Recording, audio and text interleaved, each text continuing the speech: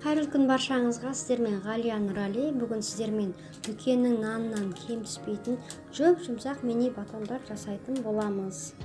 Видеоны соңына дейін көріп, ұнап жатса лайк басып, подписаться батырмасын басып қоюды ұмытпаңыздар.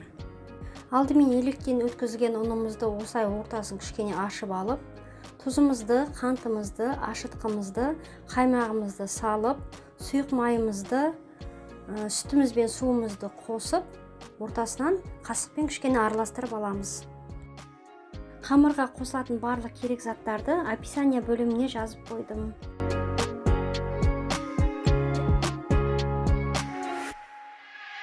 Қасықтың көмегімен араластыра отырып, қолға жабыспайтын жұмсақ қамыр илейтін боламыз.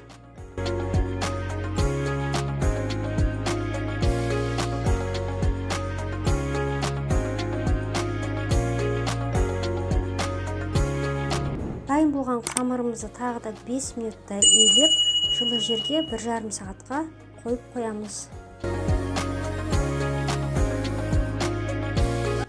1,5 сағаттың ішінде біздің қамырымыз осылай кереметтей болып көтерілді. Енді оны қолымызбен алып, жақсылап тағы да бір илеп шығамыз.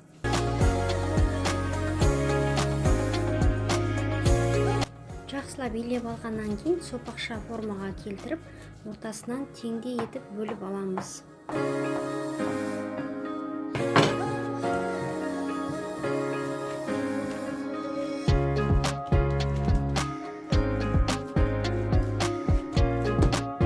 Бөлінген қамырымызды шамамен 120 граммдай кішкентай бөлшектерге бөліп алдым.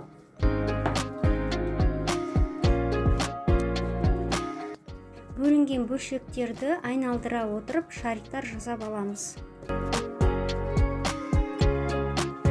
Қолымыздың көмегімен қамырымызды жайып алып, видеода көрсетілгендей тығыздап орап шығатын боламыз.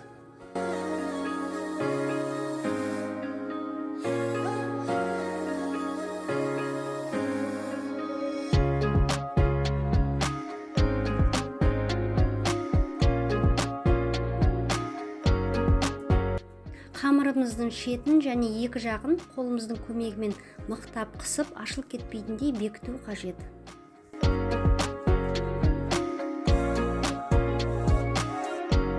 Мини батондарымды жасап болдым. Енді осыны 20 минутқа бетін жауып қоя тұрамыз.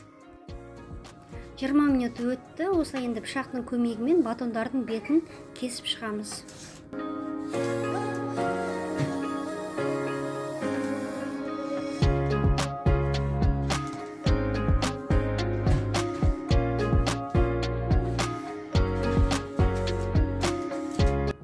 Бір жұмыртқаның сары уызын алып, батондарымыздың бетіне жағып шығамыз.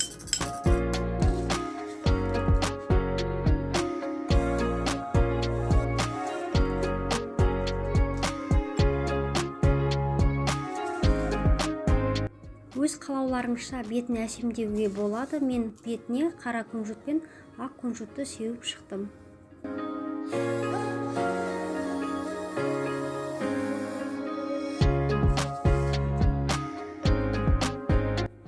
Дайын болған батондарымызды алдын ала қызып тұрған пеште 200 градуста 20 минуттай пісіріп аласыздар. Біздің кереметтей жұмсақ мини батондарымыз дайын болды. Үйде жасап көруге барлықтарыңызға кеңес беремін.